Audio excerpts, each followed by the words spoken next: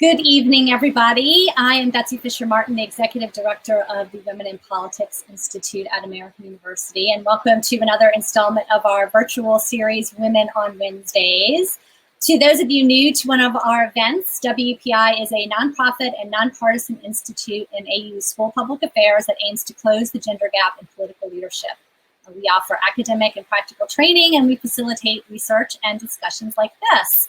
So believe it or not, we are at day 190 since the World Health Organization declared COVID-19 a global pandemic. And tonight, we want to spend some time discussing the impact of COVID on women and girls beyond the actual health risk. And as we hopefully enter a phase of recovery sometime soon, how can we change the status quo, especially for the most vulnerable? So that's the subject of a new report by the International Rescue Committee entitled, When Returning to Normal Doesn't Work for Half the World's Population, How to Build Back Better. And we're fortunate to be joined by a woman dedicated to breaking down gender-based barriers for women, Kristin Kim Bart. She is the Senior Director for Gender Equality at the International Rescue Committee. So Kristin, thanks so much for being with us. Thank you, Betsy, for having me. I'm looking forward to the discussion. Thanks. So before we start, I want to let everyone know that we're going to take some questions at the end. We'll save time for that. So please, at the bottom of your screen, you'll see a prompt for Ask the Question. So you can put your questions there, and you can also upvote other people's questions that you may be interested in. And also in the middle of the screen, you'll see a green button that will actually open up a new window that links to the report if you'd like to read that further.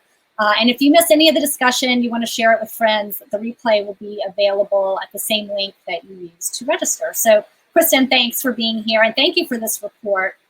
As I mentioned, 190 days since the WHO declared COVID a pandemic, you and other women's rights groups raised that alarm early on, really predicting many of the adverse effects of this virus, including the increase of violence against women and girls.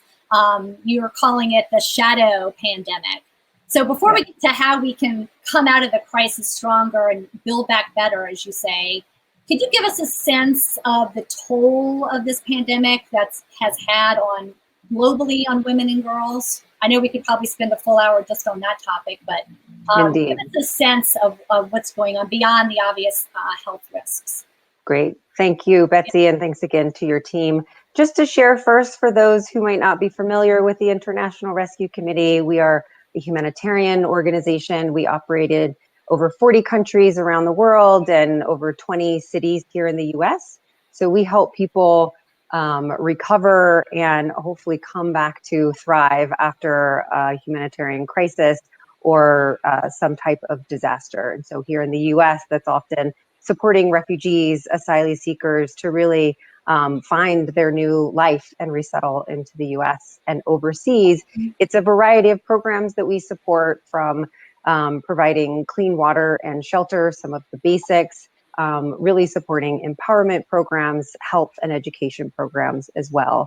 And for decades, we've been around for about 80 plus years. For decades, we've really focused on targeting the specific needs of women and girls. And about 5 years ago, really realized that we were missing an opportunity to do that consistently across all of our programs. So made an organizational commitment to really look at gender equality. And that has since evolved into an understanding of really equating the success of our humanitarian mission to actually becoming a feminist organization. So it's really from that frame that we wrote the report and really wanted to share with the global community, not only what we've learned in crisis, but what we have been predicting and some have seen actually come to fruition in this specific pandemic. So you asked, what actually is some of the effects on women and girls? There's really many, and you're right. We could spend the whole hour plus talking about that. We had predicted, along with many other activists, an increase in domestic violence as quarantine and lockdown measures came into effect. And there is a lot of evidence to show that, in fact, that is happening. For a number of reasons, women can't safely access services. They are locked down with potential abusers, cut off from their social safety nets. So that's a specific issue we've seen particularly impact women and girls. Also, caretaking responsibilities. Around the world, women do the majority of caretaking responsibilities in their households. And now with everybody, even, with everybody, both parents at home and school lockdowns, we're still seeing that still women are taking the lion's share of the caretaking responsibilities, potentially also transitioning into becoming a distance learning teacher, while they're trying to hold down their full-time jobs. We've also seen increased risk to women and girls. We know that the global health sector, 70% of the global health sector is actually made up by women. And so a significant increase in their exposure to the virus. Mm-hmm. We've seen along economic lines, women have lost jobs, are really heavily in sectors that have been shut down in this pandemic. And women have lost jobs at higher rates than men and boys. And then, of course, access to other essential services, both with lockdowns, but also services being restricted or funding being diverted into health services.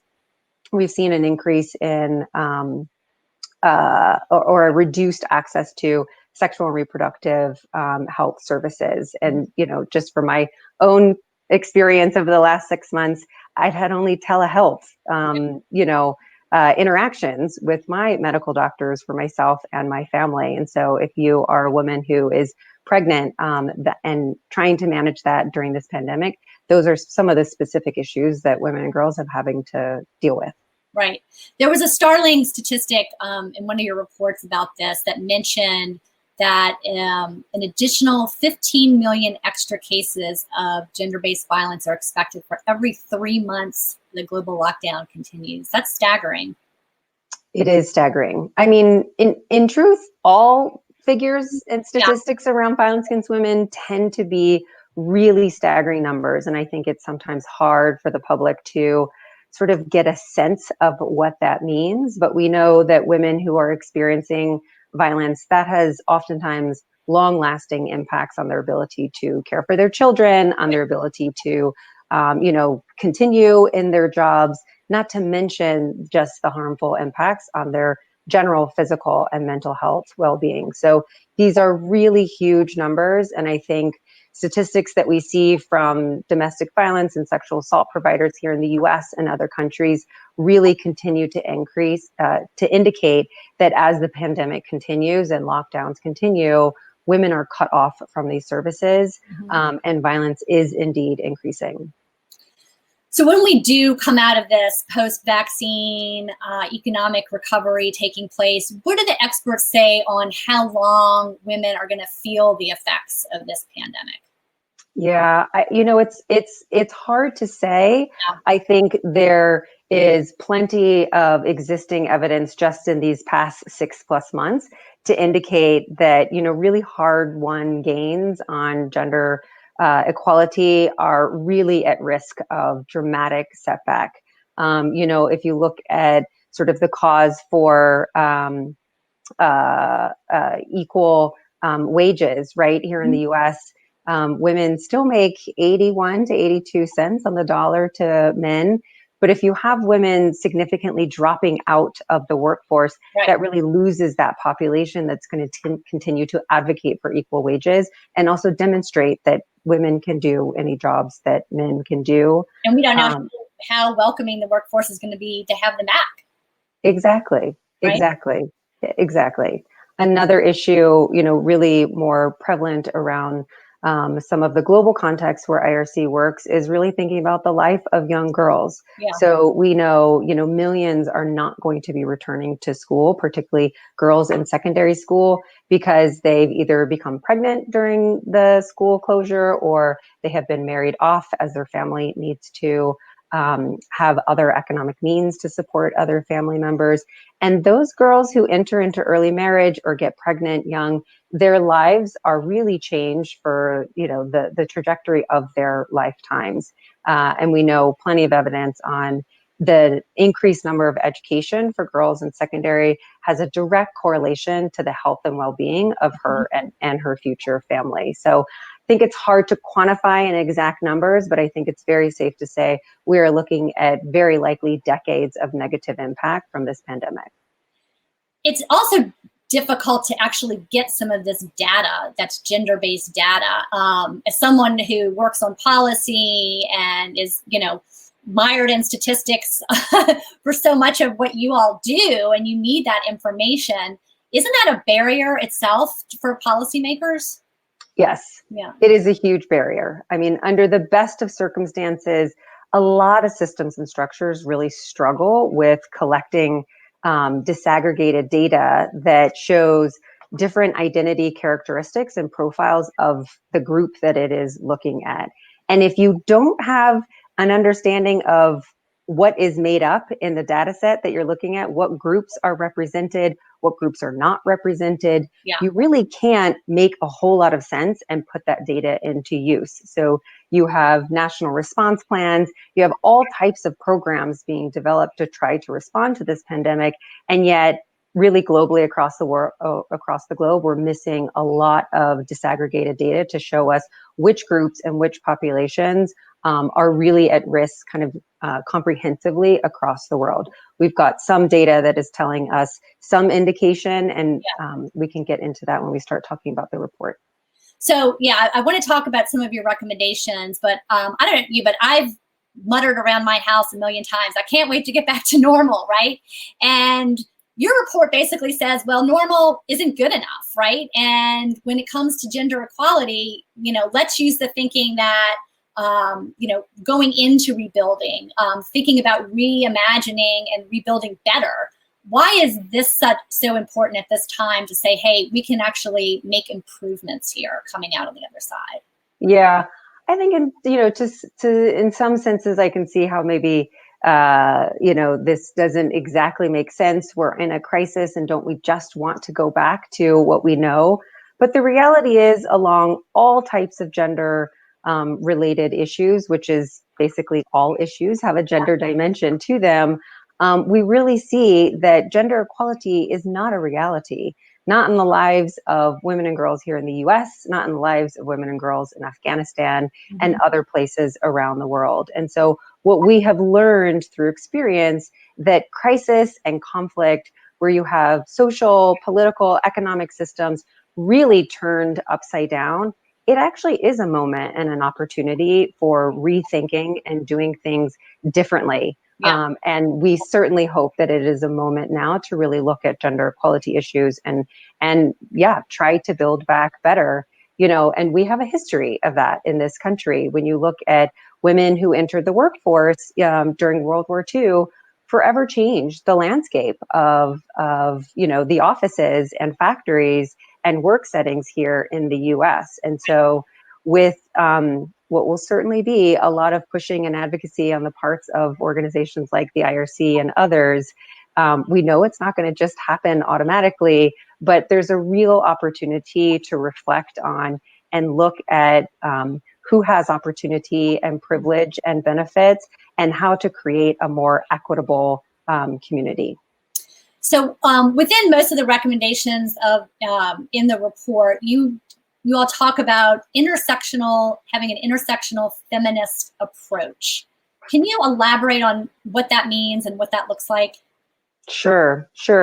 I mean, this is really about, focusing on an understanding about the way people's social identities often overlap and create compounding discrimination and marginalization. So this is talking about how do we bring an analysis and understanding of racial inequality together with gender inequality, as well as other issues of class, sexuality, citizenship status, and really look at how those overlay. We are not just one individual identity. We are all made up of multiple intersecting issues.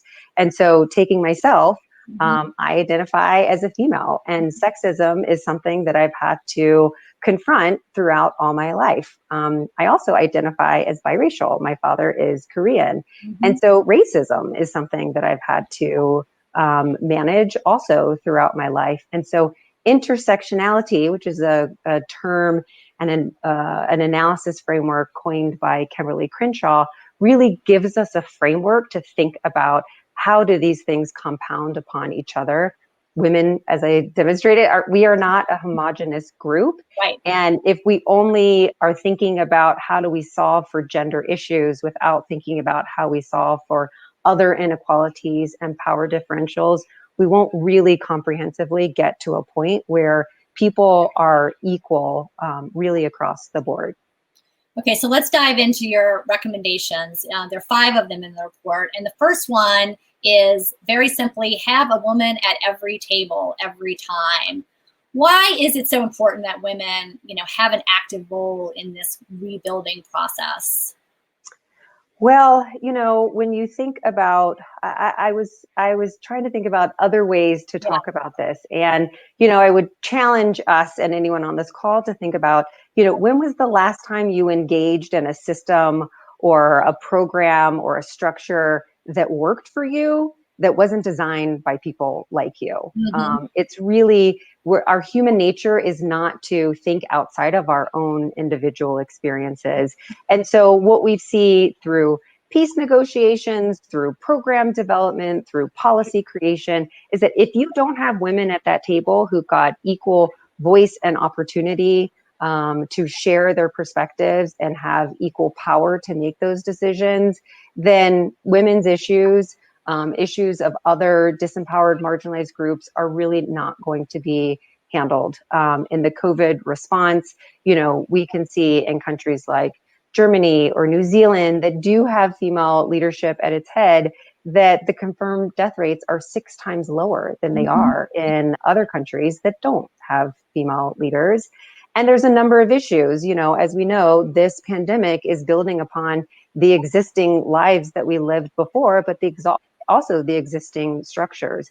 And it is also true that in women-led countries, they've had more consistent thinking about social well-being programs and overall, and the pandemic is happening certainly on that.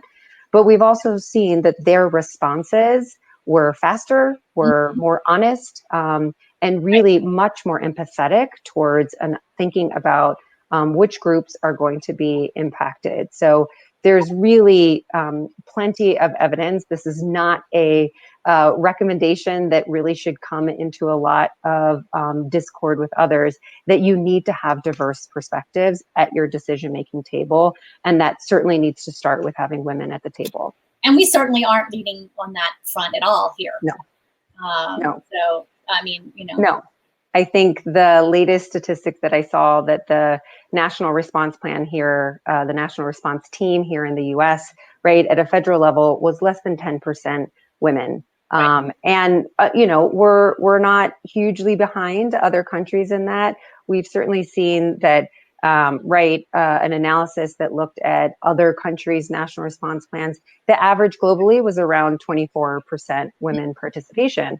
Women do not make up 24% of the population. And so we really need to think about and value representation to ensure that whatever the decision is at the table is made from a perspective and an experience of who it's trying to affect.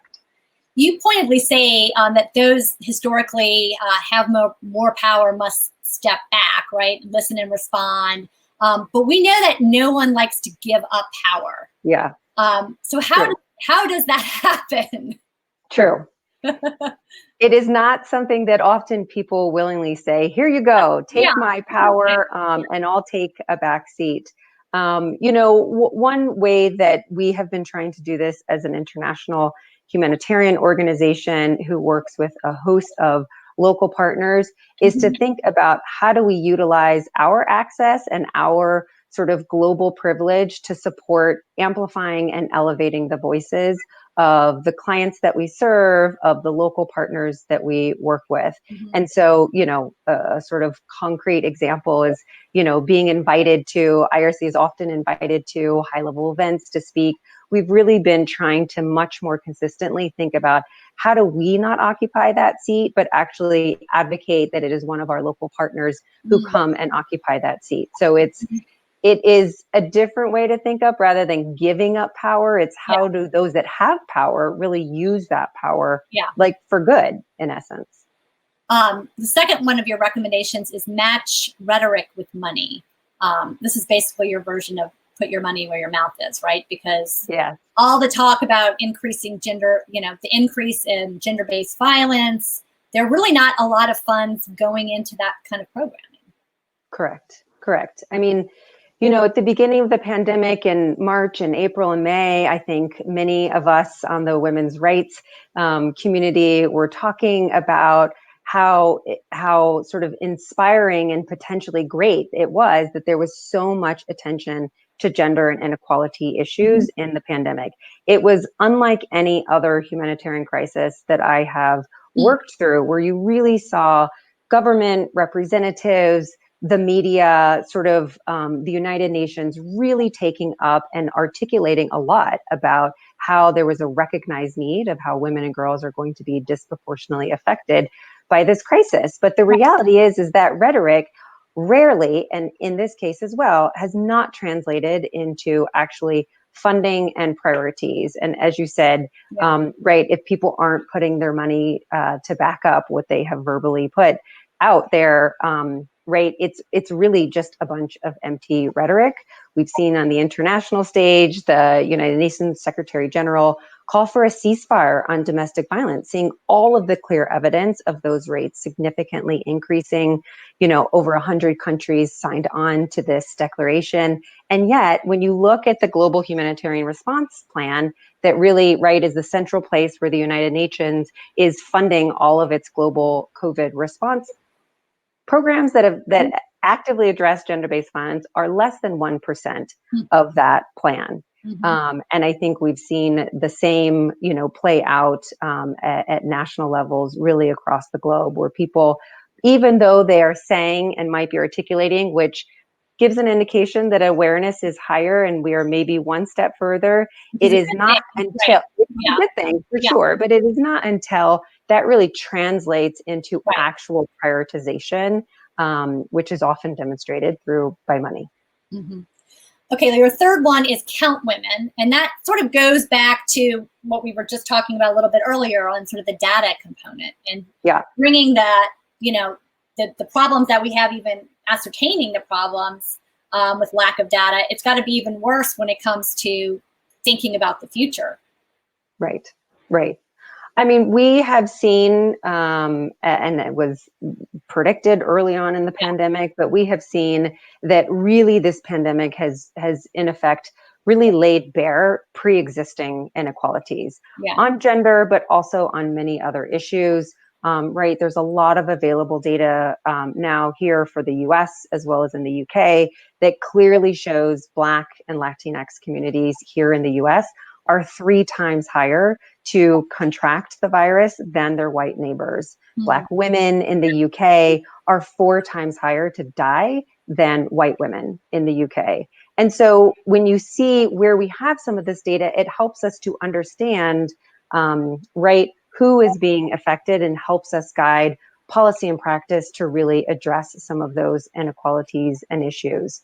But in another way, it has also helped us to try to understand what is happening, sort of behind the scenes in humanitarian crisis. So, globally, there's about 37% of the caseload globally that's reported to the WHO actually has age and sex disaggregated in it. And so from that data, we can see that men and women have almost equal virus infection rates. Men are slightly higher, but it's well around the 50% range. So knowing that, and then looking at case data that was coming to us from some of the countries where we operate, Yemen, Afghanistan, Central African Republic, Pakistan, and others, we were seeing that the reported case rates for men were actually 72 to 75%. And being able to look at that compared against what we can have of globally disaggregated data, we could tell that something is going on there. Our epidemiologic epidemiologists are telling us that, that is not consistent with the way that this virus gets transmitted. And so it helps us to think that even though despite testing limitations in these countries, there are other significant barriers that women are facing to not allow them to get access to testing. And we know those barriers are often social and cultural norms that restrict women's movement in and out of the household, access, limited access to maybe information, and often less decision making in the household. And so as a humanitarian programmer, it helps us think about, we need to start to address those barriers in addition to thinking about how do we reduce barriers for all for testing. So data is absolutely essential, and it's something that continues to be really a big need in this response. Another thing that you say is essential is recognizing, and this is the fourth recommendation, recognize that sexual and reproductive health services are essential. As you put it, the needs of women and adolescent girls do not suddenly stop during an emergency or a pandemic. Right, right. I mean, Betsy, we were talking earlier about a staggering statistics. I'll give another one to you. Before the pandemic, around the world, every single day, over 800 women died every single day from preventable pregnancy and childbearing related issues. And so when you think about the effects of the pandemic on women's reduced access to sexual and reproductive health, the increase in violence, as we've talked about, referencing also earlier the school closures and that risk that that's going to have on girls entering into early child marriage or possibly becoming pregnant. I mean, the need for sexual and reproductive health services, often because you don't have women at those decision-making tables, is not deemed often a necessary first kind of tier response in a humanitarian crisis. And we've certainly seen in the many of the countries where we operate, and from a lot of the donors that graciously give us funds to implement our programs, really funds being diverted to support health programming in response to the pandemic, but being diverted from absolutely essential services like sexual and reproductive health services for women and girls. And while we certainly want to support and know that, provision of PPE equipment, hand washing, like all of that is essential in any context, including in a refugee camp. But if we take these essential services away from girls, maybe they don't die from COVID, but they're going to die, unfortunately, from other reproductive health causes. So a continued really push to keep sexual and reproductive health services on the table. And then the last recommendation, and then we're going to take some questions from the audience. So if you do have any, please feel free to put those in. Refuse to leave women and girls behind. And this deals, of course, with the, we've touched on this, the grave economic impact women are facing, as well as the education crisis that school-age girls are facing. Right, right. We have seen from all of the data, again, we know women are often working in sectors that have been deeply impacted by this crisis, the hotel and food sectors, domestic workers, caretakers, globally around the world, 72% of domestic workers are women. And as I did in my own household, shut domestic workers out of coming into my house to provide services, that has had a huge impact on women in the workforce. On top of the reality, as I stated earlier, women already earned less, but these sectors are often less secure. So women don't have job security, they don't have access to health benefits, and all of those have really compounded in this pandemic to increase huge negative impacts on women and girls. I think, assuming that we get a vaccine and it can get into the global mainstream, even if you look at that being that happening, as I referenced earlier, girls who might get married, the United Nations Population Fund estimates that 13 million more girls are not going to return to school as a result of the pandemic. There are huge numbers to start with, but that is on top of the existing girls who may not be going back to school. In addition to looking at a household level, women who, maybe have additional caretaking responsibilities in the house and are also, as you said earlier, maybe not even going to return to the workforce. The economic impacts are really going to be huge and is a critical issue for particularly policymakers to be thinking about what are the gendered impacts of this economic crisis to have that inform their policymaking. So are there any positive signs out there? Are there any examples of countries that are making a concerted effort or taking kind of the initial steps that you have outlined to kind of build back better? Is there any positive signs out there? I take sort of hope, and what keeps me going each day is really tuning into where I'm seeing women grab this opportunity and really try to push through some of the existing inequalities. Women-led movements are really, I don't want to say flourish, but I think are really seizing the moment of this opportunity to really join collective forces, get more public support for their issues, and are really pushing governments to look at these issues. And I think, the reality of the Black Lives Matter movement and the racial reckoning that has caused in the humanitarian and development sector is also something that I think is pointing a very direct, bright light on inequalities that exist within our systems. And as you said before, change has got to start with an awareness of where those gaps and problems are. And we do see that beginning to happen. Time will tell whether some of these efforts can really be won and born into actually policy and life change for women and girls. So do you think that the U.S. is capable on leading on any of this? I mean, what can we do here in the United States to kind of support the approaches and build back better? Yeah. I'm going to take my opportunity to take my water in response to that question, which is a bit of a tough one. Yeah. I think there's a lot that can be done in the United States, Individuals here in the US can obviously advocate and support these issues. We can continue to call our elected officials and talk about how women's issues and the differential impact of this crisis is important to us as a constituent.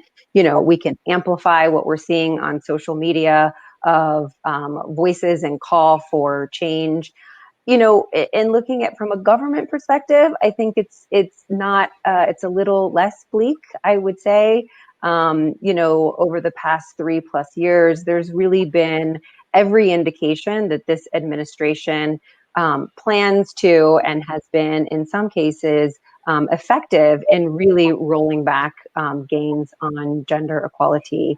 For those that might have known recently, USAID put out their gender equality policy out for public review.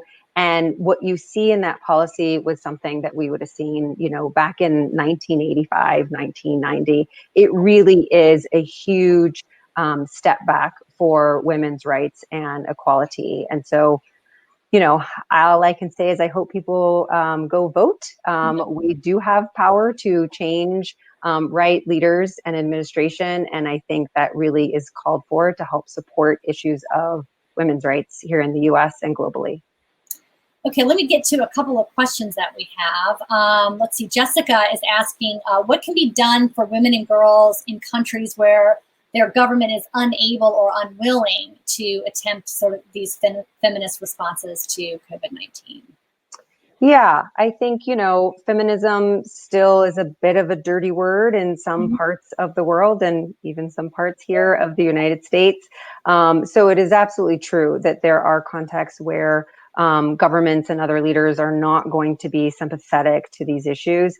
That's really where, civil society, women's rights movements locally in those countries are hugely important to really help collectively advocate and really demonstrate that the public has attention on these issues and is really calling for change.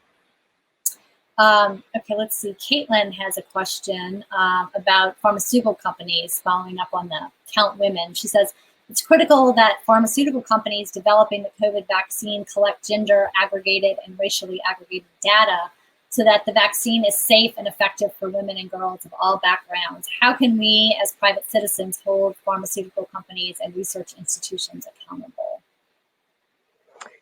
So, there's an excellent book, Invisible Women by Caroline Criado Pervez, who really looked at across a number of sort of medical fields, the vast absence of women and girls in vaccine and research trials.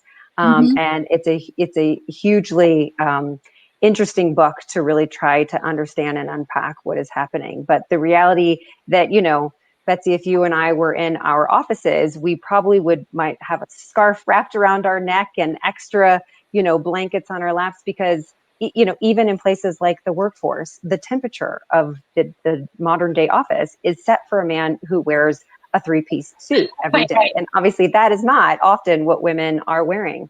It is, patriarchy has really infused so much of the reality that we work and live in. And, in the best of times pre-pandemic, as I said, women were left out of research and vaccine trials. And so, it's really important to be educated about, how to support and push pharmaceutical companies, policymakers to really understand that unless specifically a vaccine for COVID response is tried on women and of all shapes and sizes and colors and makeups, we really can't know whether that is going to be effective. So certainly an important issue to continue to keep our eye on and continue to advocate for.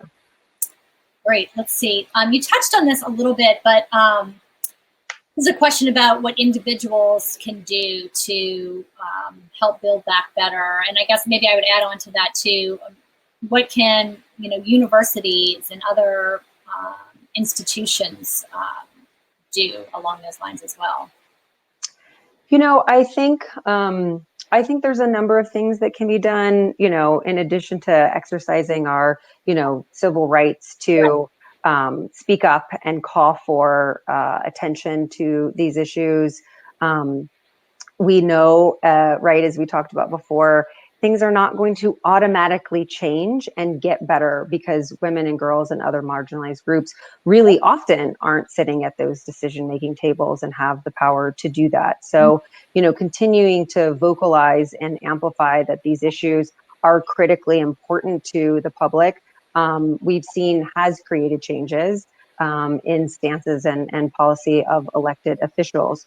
In terms of universities and other educational institutions, historically, those are the settings for really progressive movements to be born and take hold. And so, whether it's holding discussions and seminars such as this, as well as continuing to educate, their student and stakeholder population on these issues, as you said, it does start with awareness and people continuing to call for that gender blind responses are really not going to cut it in anything, but in particular in response to this pandemic. Here's a question about sort of coming to agreement and solutions in more of a bipartisan way.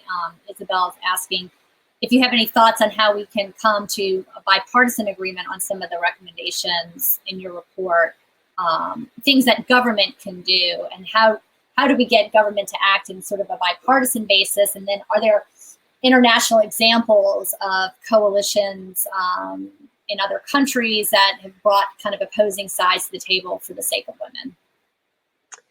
So, I think the first part of the question, right, is about here in the US. And I think, right, we know that Americans generally agree that women's rights are human rights, that women's rights are an important thing if you look at the polls that show the majority of Americans support women's right to choose whether to access an abortion or not.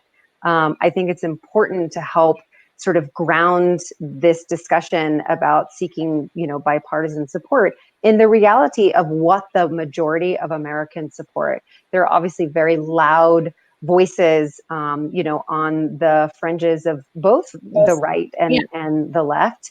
But really thinking about the average American actually supports women having equal rights to men and boys.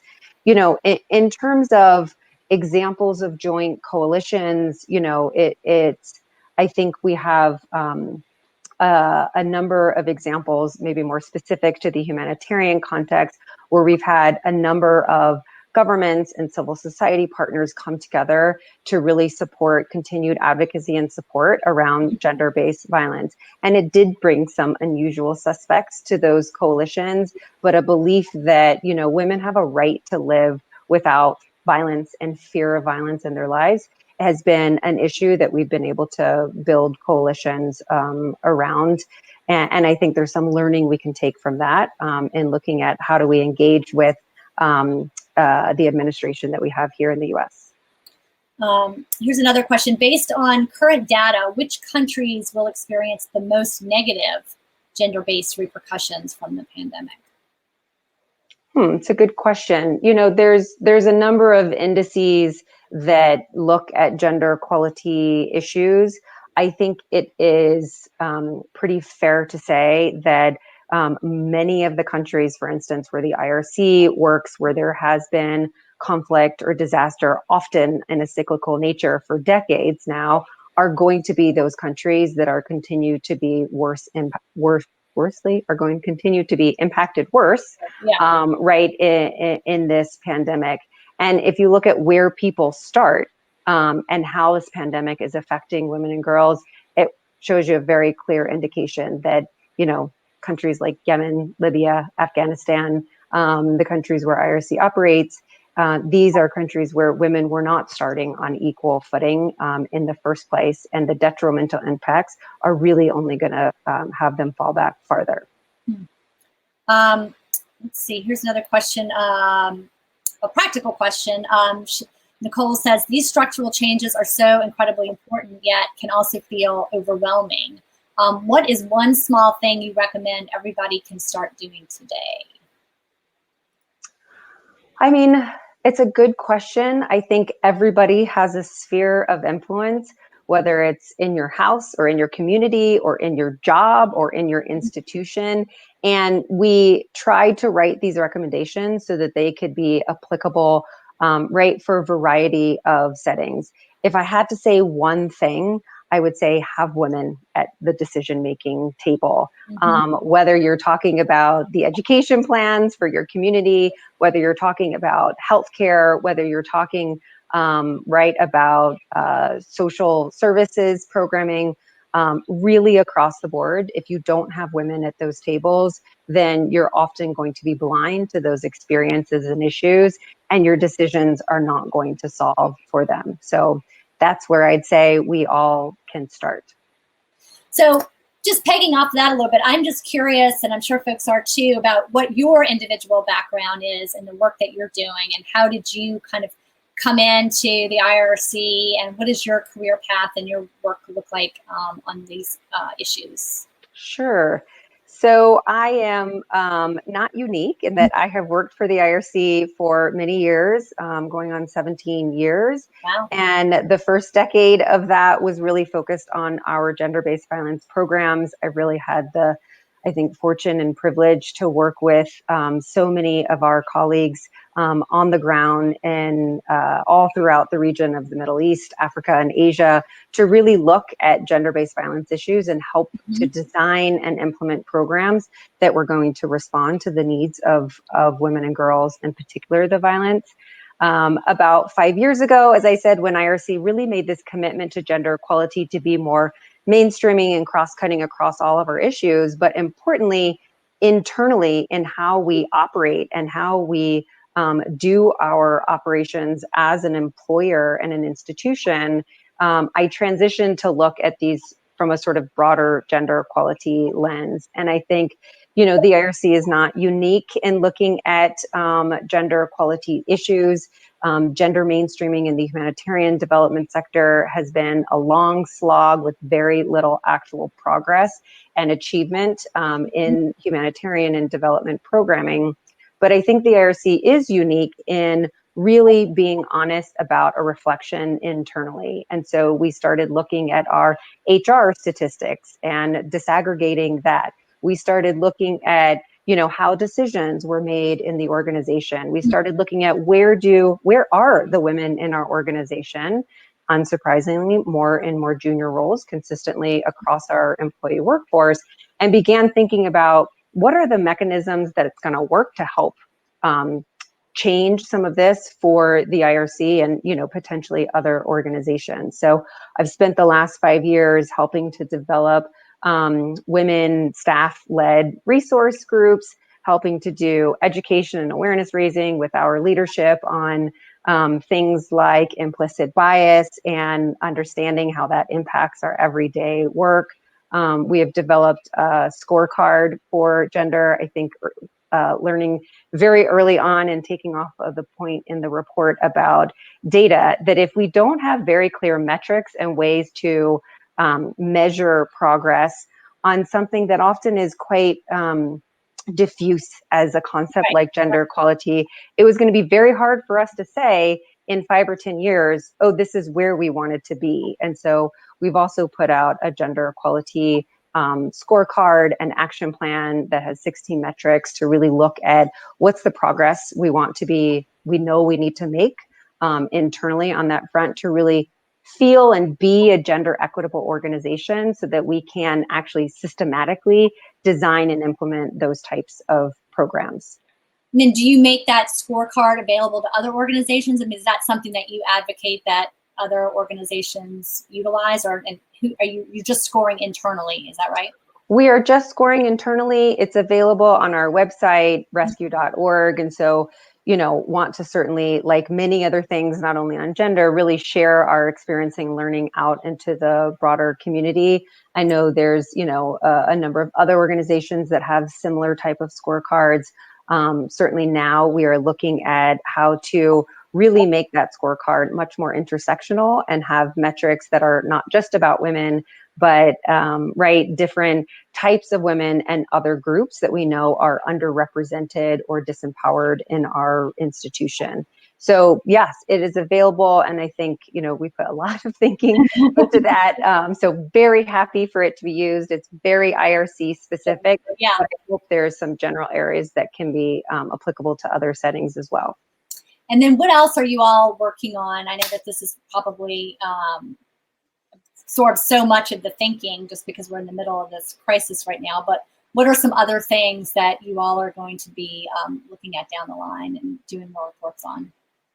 I think one of the things, unexpected benefits of this pandemic were a lot of our staff were stationary, and even, unfortunately, many of our programs had to pause or retract for a period of time. We did have several months where we had, a large amount of our workforce sitting at home in front of their computers. And that has really given us an opportunity to think about how do we work in better ways? Yeah. While remote working has certainly its disadvantages, it's also prompted us to think about, how we can work in other ways. And really, we've tried to challenge our own thinking. So in looking at our gender-based violence programs, for instance, we recently put out a paper that helped to articulate some of the ways that we have modified our gender-based violence programs to still be relevant and operational in a pandemic. And that has been replicated really across all of our programs. Normally our services are delivered person to person, our staff and partners directly to clients. And so we've really had to think about, how can we deliver similar services remotely? What are other ways? How do we maintain our staff and clients' safety and do socially distanced type of programming? And so there's a variety of ways that we've tried to kind of pivot to these other ways of working, while also continuing to maintain attention to the reality that there is also a gender digital divide across the world. Women and girls have less access to mobile technology than men and boys. And so we've really tried to also bring that gender lens into our thinking. It's not as easy as saying, oh, we can just call our clients and talk to everybody about everything, particularly around the issue of domestic violence in the household. If women are locked down with their abusers, they can't have a private case management conversation about the violence they're having inside their homes. So it's really challenged us working in different ways, but I think in the long run, it has helped us to think about and get out of some of our, norms and modalities of person-to-person programming. What are some of the other ways that we can actually continue to help support those affected by conflict and disaster? I want to let folks know before we go of a couple of other upcoming programs that we have, and encourage you to join us for that. Next week, we have Katie Hill, former Congresswoman, who will be here to talk about her new book, She Will Rise is the name of that. So she'll be here next week. And then we have Stephanie Shriak and Christina Reynolds from Emily's List. They have co-written a new book called Run to Win, Lessons in Leadership for Women in the Changing World. And they will be here on September 30th. And then we are going to do a special program. It's not going to be Women on Wednesdays. It's going to be Women on Thursday, because that Wednesday, October 7th, is the vice presidential debate, which we will all be watching. So we're going to gather on Thursday that week and talk about that historic debate between Kamala Harris and Mike Pence. And we're going to have Candy Crowley, who was the first woman to moderate a presidential debate, and she's moderated two of them. Karen Finney, who is a longtime strategist, and also Casey Hunt with NBC News, who covers Capitol Hill and Kamala Harris. So we will talk to them about that debate. So we hope you will join us for that. All of the sign-up information for that is on our our Crowdcast page here. So with that, Kristin, I want to thank you so much for being with us and this really informative and important report, and sharing so many of the details with us and contextualizing it and helping us understand the importance of it all. So thank you for everything that you do and for being here tonight. Absolutely, Betsy, it's been my pleasure. Thanks again for having me. And I will definitely be tuning in to those upcoming discussions. They look incredible. Great. Well, I hope everyone has a good night and a great rest of the week, and hopefully we will see you next week. Thank you. Thank you.